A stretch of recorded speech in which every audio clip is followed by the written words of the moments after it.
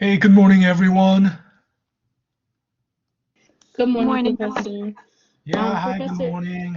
Good morning, so, Sierra. Good morning. Good morning, Anna. I see at least five people today in the Collaborate session. But before I joined Collaborate session, I quickly checked I was today's gonna form. say it says Mhm, I just checked before I logged into class. Well, as mhm. soon as I logged in, and it said that there was no items found, and I checked in with a Oh, classmate, and they said the same thing. So I okay. just All wanted to make right. sure. Maybe, let me check. Let me check. Something wasn't okay. Uh, oh, it says unavailable. Oh, why? That's ridiculous. Okay. Alrighty. It should be available now. It should be it should be visible now. Okay. So please go. Um, yeah. Please go and do the attendance report.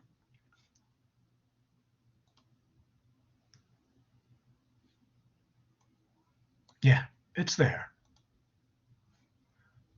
but it's only me. It's only me there. Uh, all right. So yeah, I'm starting to see some people here. Okay, good. All righty. So the last thing. Oh, okay. It's always defaulting to that file. So now, last class we were, we finished the class at, exactly at this point. Uh, what types of risks are there in bond? In other words, in general, in lending, what kinds of risks are there? And of course, we talked about, inflation risk, which is already included in the base rate. And the inflation risk is, not just specific to um, a particular bond, but it's just across the macroeconomy. So every bond is affected by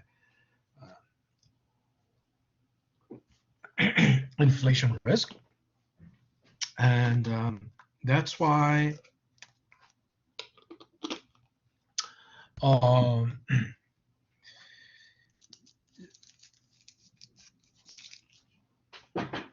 it's also called, purchasing power risk. So, and other than the inflation risk, the other risks are either issuer specific or term specific. So, for example, default risk. What's default? We all know what default risk is. Default risk is, the chances of the borrower defaulting. In other words, um, when you are lending, the biggest concern is, of course, the biggest concern is uh, whether the borrower will be able to pay back or not, right? So to so that would be most, single biggest concern, right? And then depending on, of course, you can limit your risk exposure. Why? Because all the companies have uh, credit rating. Even the governments do have credit rating. Okay, and the individuals have credit scores. So if you are lending to someone, individually, I mean, usually banks do. Uh, they check. The first thing they look up is the credit score, right? And then uh, the lower the credit score, the higher the risk. So they will have to uh, cover for that risk by charging higher interest rate. So the default risk premium can range from 0 to 8%. So think about it. Remember pure return, right? In other words, the real return, right? The base rate, which is what we remember as I, the nominal interest rate. I equals R plus pi, right? That R is the pure return, right? And the pure return is generally between 2 to 4%, right? So then think about it. 2 to 4% plus inflation adjustment. Let's add just about 1%, right? And that's going to make it 3%. 3%. Now remember, I said in the early part, prime rate is the rate that is given to the highest quality borrower, and the prime rate is conventionally Fed funds rate plus 3%, right? 3 to 3.25. So the prime rate would be, currently Fed funds rate is like 0.25 just yet. In March, they say they're going to raise this by about half percentage point. So then the Fed funds rate can be 0.75 in March, but not yet. Still, it's 0.25. So plus 3% would make it 3.25. And then that nicely coincides with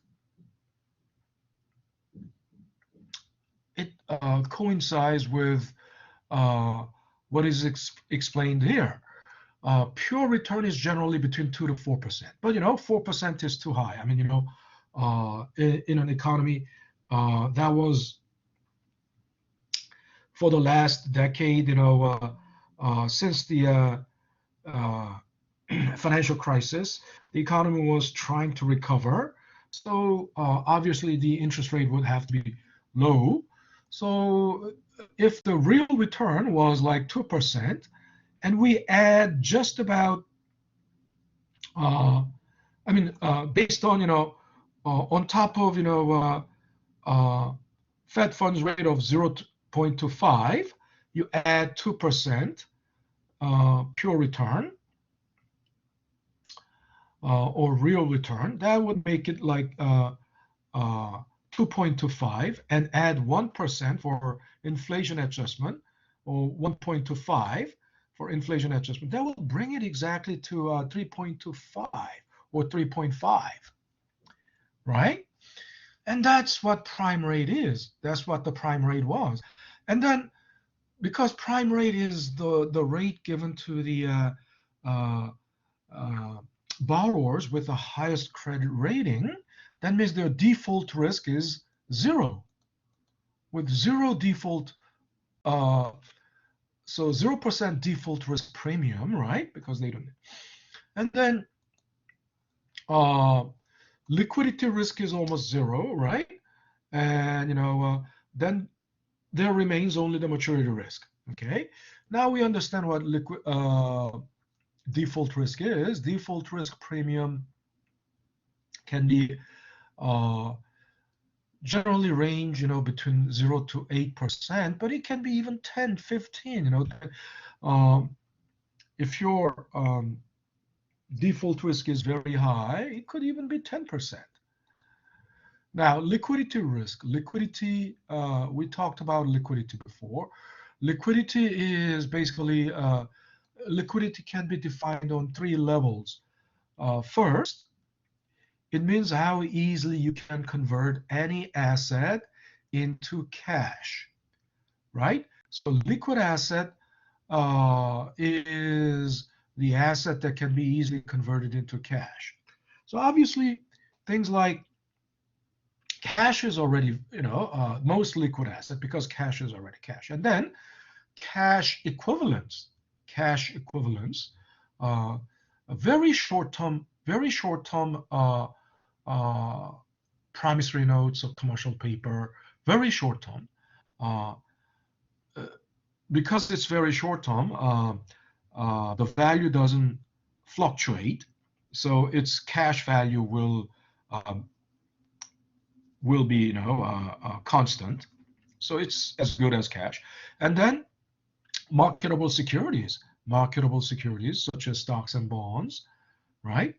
Uh, and then promissory notes and invoices, accounts receivable, right? Those are uh, liquid assets, and they can easily be liquidated, meaning turned into cash. And I listed them in the order of liquidity, right? So if there's a liquidity risk, what does that mean? It's difficult. There is a risk of not being able to convert these bonds into cash.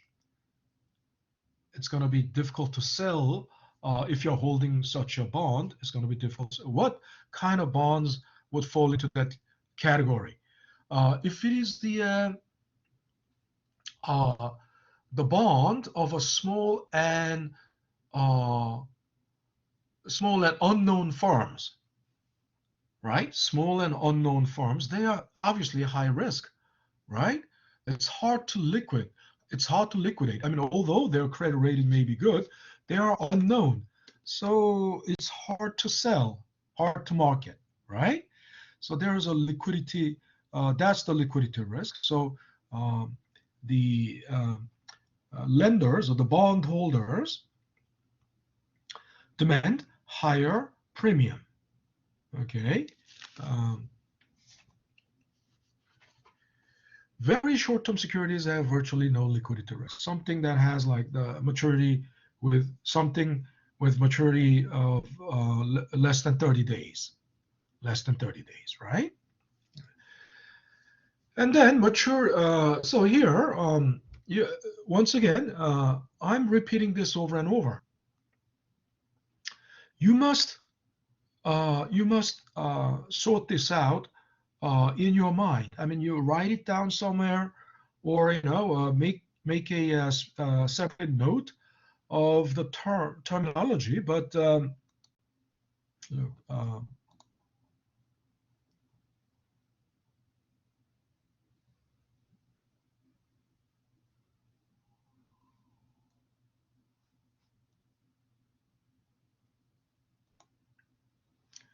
let's see, which one did I use? The thing that I used on Tuesday, right?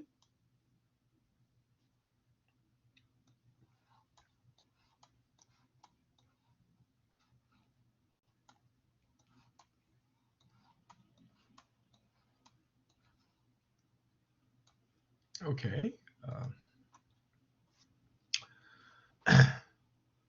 Lender, the same thing as creditor. It means, right? Lender is creditor. It's the same thing as bondholder, right?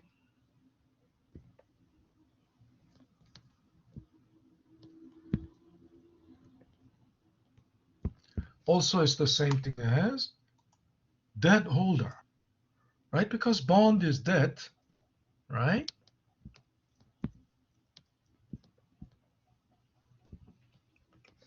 Bondholder, debt holder, creditor, lender, they all mean the same thing. And in your mind, you should be, your mind should be flexible enough to, you know, um, permutate these things, right?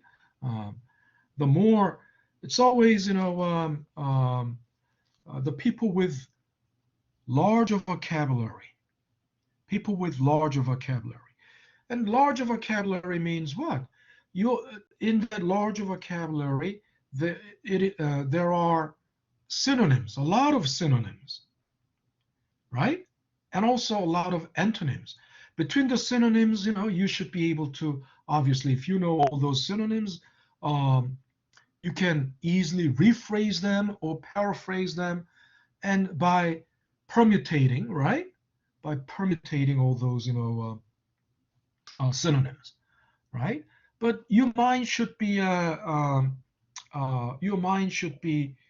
um, expansive enough, right? Expansive, right? A large expanse of your mind, large. Uh, I'm not saying, uh, it cost expensive, something like expensive, but expanded, right? Uh, or extensive, but large expense, right? Expansion, like,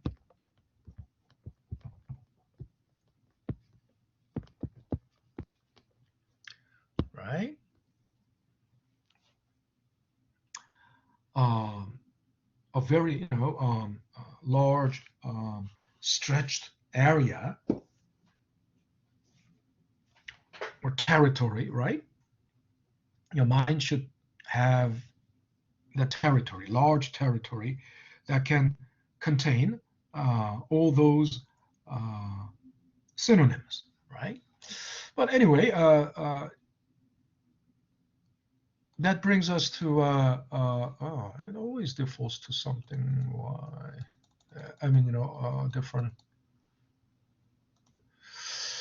And then next is the maturity risk. Literally, maturity risk is the risk associated with maturity.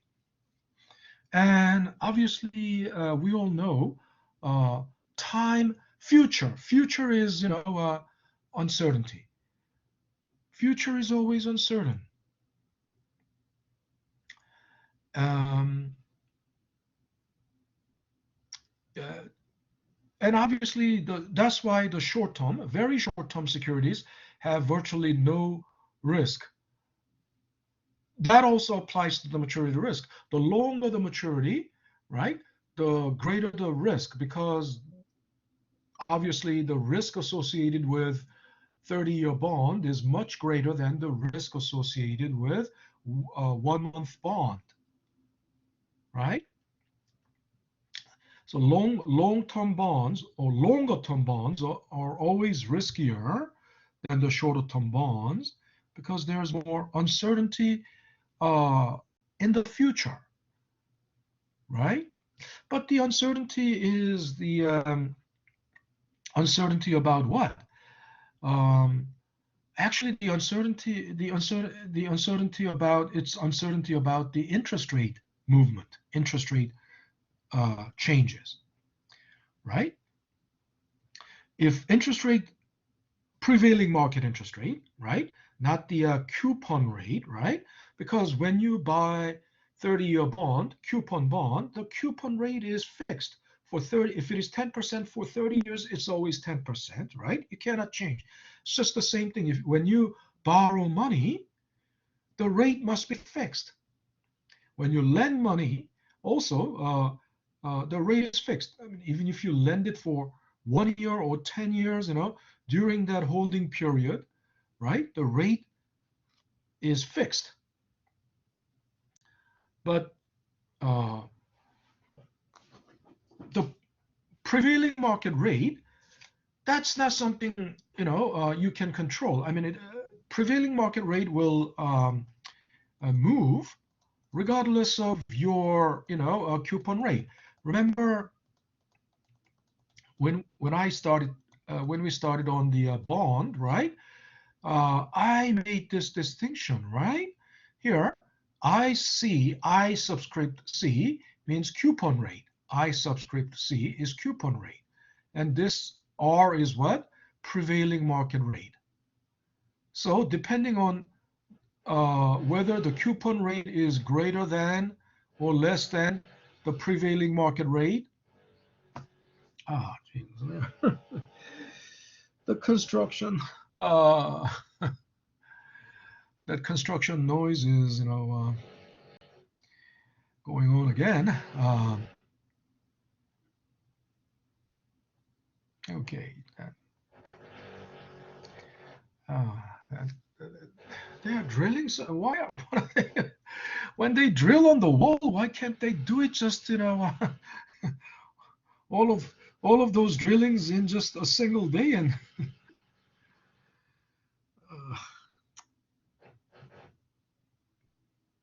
okay, I'm trying to I'm trying to focus on, trying to uh, isolate my mind from the noise, but it's hard to do that. So anyway, think about it. Bonds pay coupon interest, and the coupon interest rate is fixed for the duration of the bond until maturity, right? But the market rate can change, right? Remember? Um, so maturity risk, uh,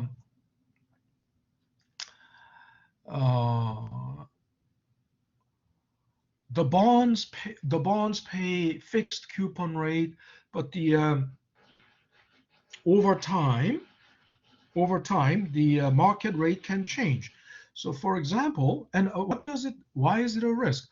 It's a risk because first of all, you remember uh, when market rate goes up above um, the the coupon rate, your bond that you're holding will become uh, a discount bond, right? And then if the so think of it this way: when you bought the bond, it was a premium bond. And let's say that was 5 years ago. 5 years ago, the interest rate uh, prevailing market rate was 5%. 5 years ago, right? Uh, so 5 years ago, and your coupon rate was 10%. Prevailing market rate was 5%. Then at the time, it was a premium bond, and when you bought it, you paid more than $1,000. 5 years later, now let's say it has been reversed. 5 years later,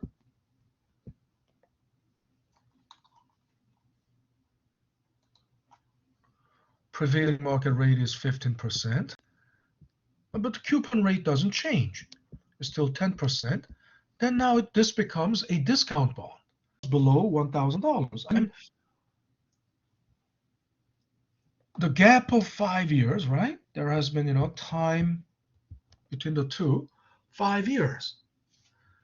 When you bought the bond, so suppose, think about it. If you want to sell it today, you would realize capital loss. You would realize capital loss if you're selling this today, if you have to sell it today, right?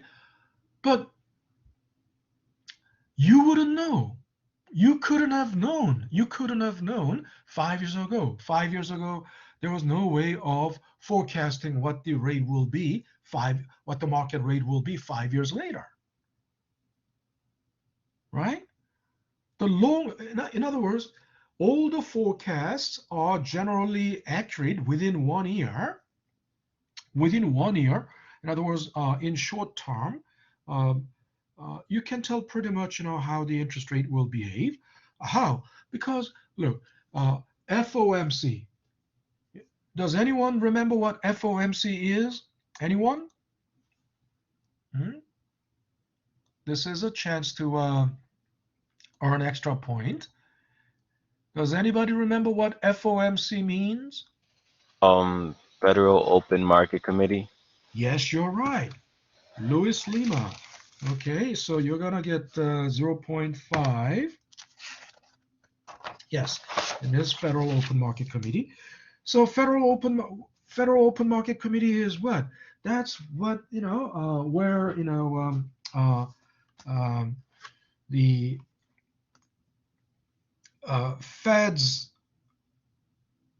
Fed's Open Market Committee members meet, including Fed chairman, and discuss whether to raise interest rate or lower the interest rate, right?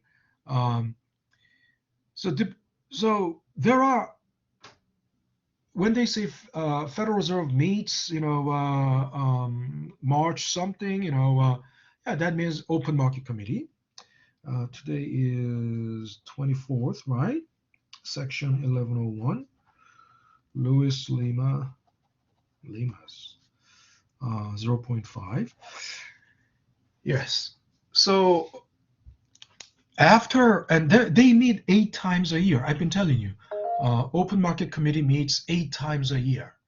Okay, Justin, I saw your hand, so let me finish this up, and then you can ask your question.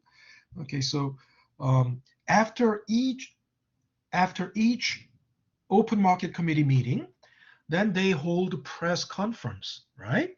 And then the Fed chairman Jerome Powell, every Fed chairman, before Jerome Powell was, Janet Yellen. Before Janet Yellen, it was, Ben Bernanke. Before Ben Bernanke, it was Alan Greenspan. Before Alan Greenspan, it was Paul Volcker.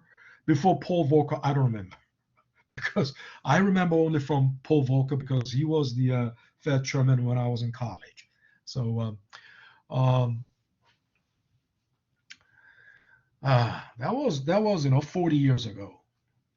So I remember the past 4 decades, Fed chairman, chairperson, chairpersons for the last 4 decades. But so and in the press conference, they explain basically how they view the economy and what actions they're going to take, whether they're going to raise interest rate or lower interest rate. So because of this, press conference, which is called, guidance, Federal Reserve's guidance, the market knows pretty well how the interest rate will behave within 1 year time frame. But beyond that, like 5 years, 10 years, there's no way of knowing where the economy is, how and what, what the business cycle and what phase of business cycle the economy will be. There's no way of telling. Right? There's no way of telling. That's why there's no way of forecasting how the interest rate will behave in 5 years, in 10 years. That's why you cannot prevent this. You couldn't, if you 5 years ago you paid more than $1,000 to buy this bond, but 5 years later, if you sell, you will realize capital loss because you had no way of telling, looking this far into the future. This is the, when we say risk associated with maturity, right? The longer the maturity, the greater the risk. And then people might say, if you're not well informed, if you're not educated in finance, if you don't have any training in finance and economics, you can say all kinds of risks. There can be a war, blah, blah, blah. Yeah, war can be a fact. But, the risk that would affect the valuation directly is the market prevailing market rate. Okay. All righty. Justin, yeah, you can lower your hand. Justin, what's your question?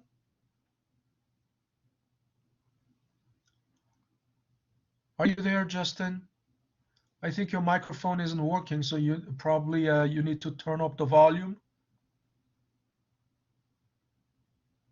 Microphone volume, not the speaker volume. All right, I'll take the rain check. I'll take the rain check. You can, just hold your thoughts, write it down somewhere, and ask later when your audio microphone, especially microphone, gets better. All righty, so continuing with the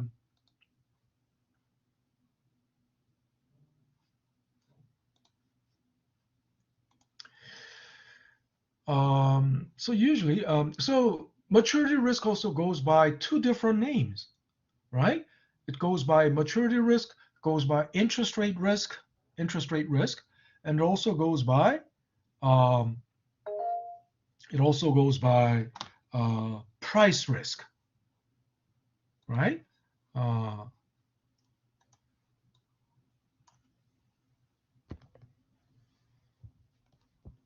maturity risk.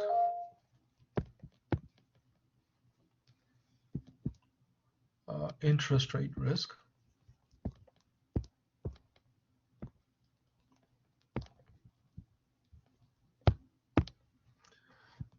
Also price risk. Now, why is it called price risk? You just saw it. Depending on the market rate, prevailing market rate, price will fluctuate. Price will change. So hence called, also price risk. Okay.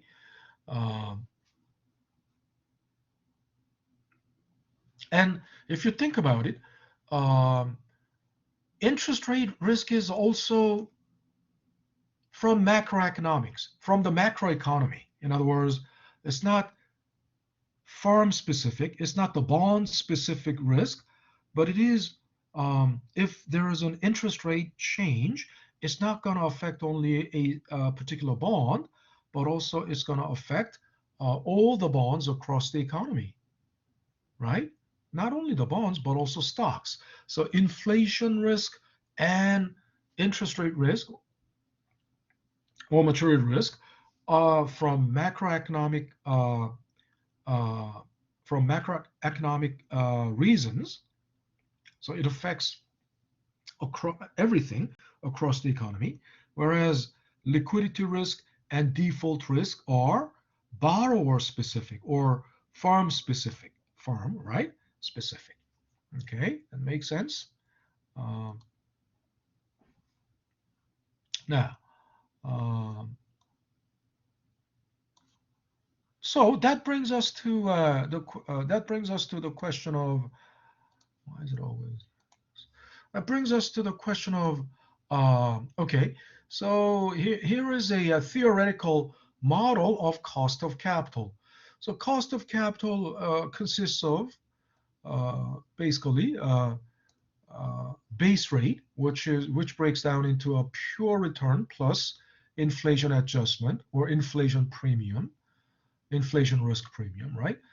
That's base rate, right? And that's what we called I previously. And then plus default risk premium, plus liquidity risk premium, plus maturity risk premium. So we can theoretically we can break it down if there is any cost of capital, we can, or interest rate, we can break it down by this way. But in reality, it's hard to exactly break down how much of that the interest rate is due to default risk, liquidity risk, maturity risk. It's not inflation. It's obvious, but so then that brings us to the yield curve, the question of yield curve. What is a yield curve? We all know short-term bonds pay lower return than the long-term bonds, right? It goes without saying. We all know why, because the long-term bonds, there's more risk, right? So 30-year bond must pay a higher yield. Yield means annualized return. Okay, yield means annualized return. So 30-year bond must pay higher yield than 30-day bond, 30-day short-term treasury bill, right? 30-day or 90-day. And if we plot it, so starting from the short-term, 30-day, 90 days, 120 days, 180 days, 1 year, 2 years, 5 years, 10 years, 20 years, 30 years. Look, if we plot it, I mean, the plot would look like this is the result of, connecting those plots, connecting those, right? The normal pattern would look like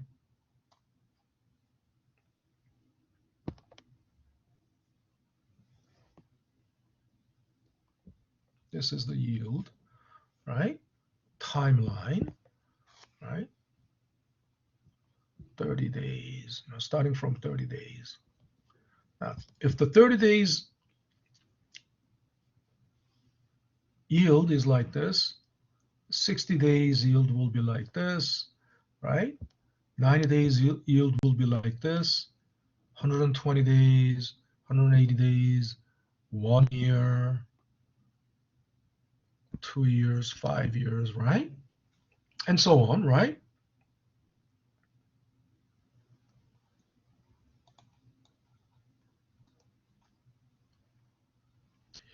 Ten years, 20 years.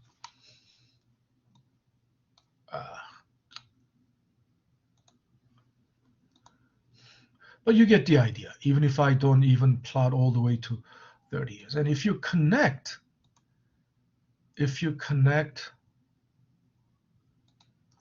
those dots, right?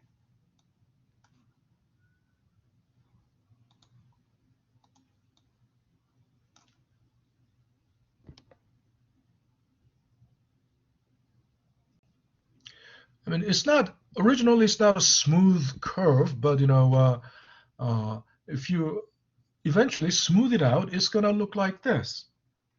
And again, I said yield is annual. You might think, 30-year return on the 30-year bond must be obviously greater than 1-year bond.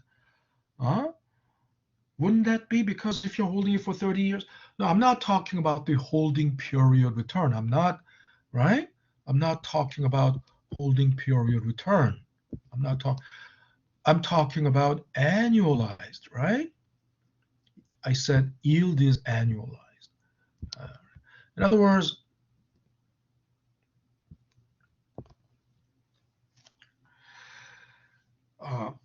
because of the maturity risk, right? It only makes sense that the longer-term bond must pay higher annualized return. Otherwise, there's no point in investing in long-term bond. Suppose, think about it, if the annualized return between the 30-year bond and 1-year bond, if there's no difference between the two, who's going to hold 30-year bond? You can. Why? Nobody. There's no difference. Say it again. Nobody would buy the 30-year bond. Nobody will do that because if there's no difference, I would rather, instead of locking up my money for 30 years, I would just buy 1-year bond and roll it over every year for 30 years, and still the return will be the same, right? Longer term bonds will have to pay higher return, right? Otherwise, there's no way, they cannot stay competitive, right? They cannot compete with 1-year bond. But here's the interesting thing. So normally that would be the pattern it is showing. That's the pattern it should be showing. But sometimes you see inverted yield curve. Sometimes this can happen. Why? Inverted yield curve can happen when there is, when the market perceives impending recession. So it's generally, inverted yield curve is generally perceived as the sign of impending recession. And as I said, forecasting whether there's going to be a recession or not, it's a short-term forecast. In other words, something within 1 year. Again, you cannot tell whether there's going to be a recession or inflation in 5 years. But relatively, within short term, um, the forecasts are relevant and accurate, relatively accurate. So then why is this a sign of why is this happening when there's a recession looming in the short-term horizon, like within 1 year? Why is this reversal of the pattern happening? Now, that's a very interesting question. The reason is, because we are running out of time, I'm just going to give you explain. If you think there's going to be a recession soon, within 1 year, are you going to put your money into a short-term bond? No. No. Why not? Why not? Okay. Yeah, this is just a rhetorical question. Oh, sorry, go You ahead. don't have to answer it. You don't have to answer it. The reason you're not gonna put your money into short-term bond is because the chances are that it's very likely that the company may have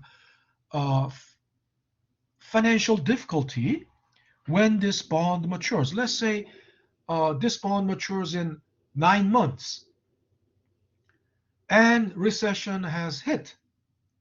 Then the company will have difficulty, right, coughing up this money. I mean, they may have sold $10 million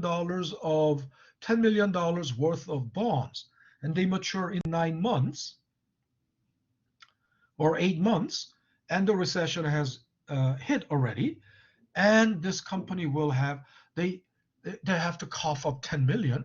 They may not be able to cough up 10 million. Then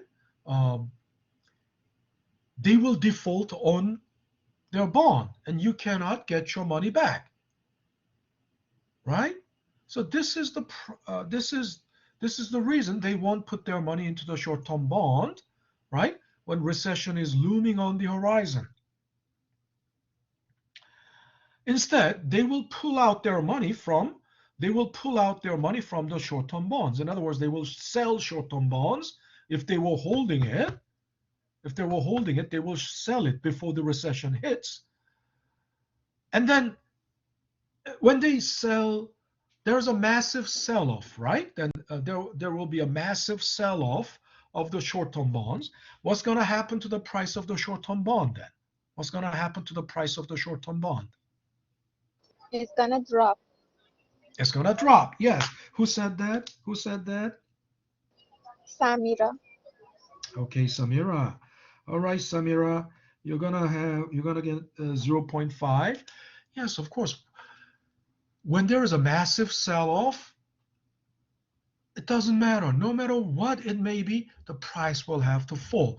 And if the price falls, what's going to happen to the return? Return If is the gonna price drop too. The return will drop? Yes. No. It will increase. There's an inverse relationship. Between the return and the price. You remember this? Remember this? If there's a massive sell-off, that means the price will drop, right? Face value will still remain the same thing. What's going to happen? When there is a massive sell-off, price will drop, but the return will have to go up then, right? This is a very logical conclusion. And if you're trained, and if you're used to, if you're good with logical reasoning, but it comes through the training.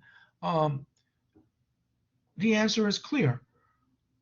There is an inverse relationship between the return and the price. Okay, So then when there's a massive sell-off of the short-term bonds, Sorry. So when hold we on. talk, Let me hold on, please. Let me finish. So the price, as there's a massive drop in price, the return will go up. So short-term bonds will show higher return, and then they move that money into the long-term bonds. They move the money into the long-term bonds, and then what's going to happen to the price of the long-term bonds? What's going to happen to go the higher. price?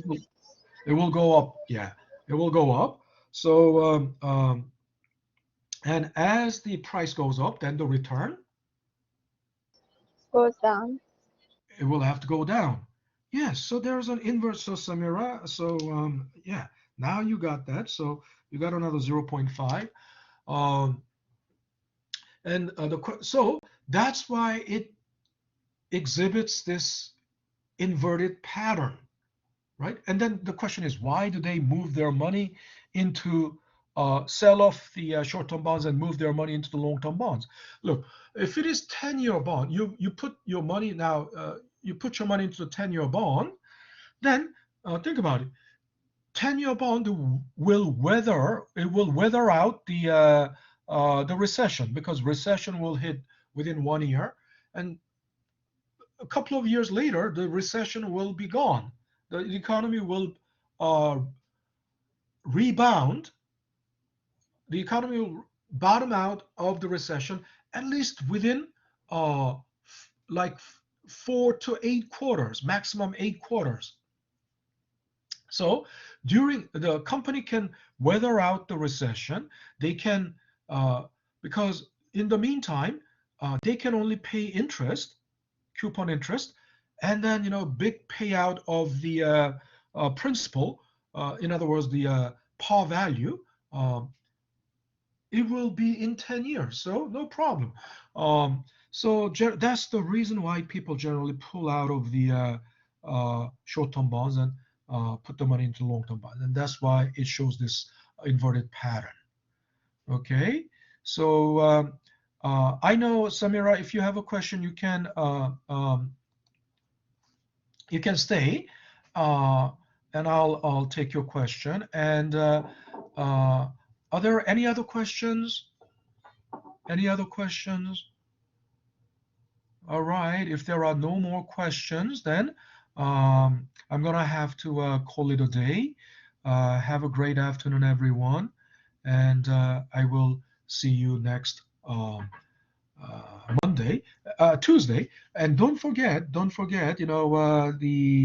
what's that? Self-diagnostic test 2 is starting from tomorrow. All right.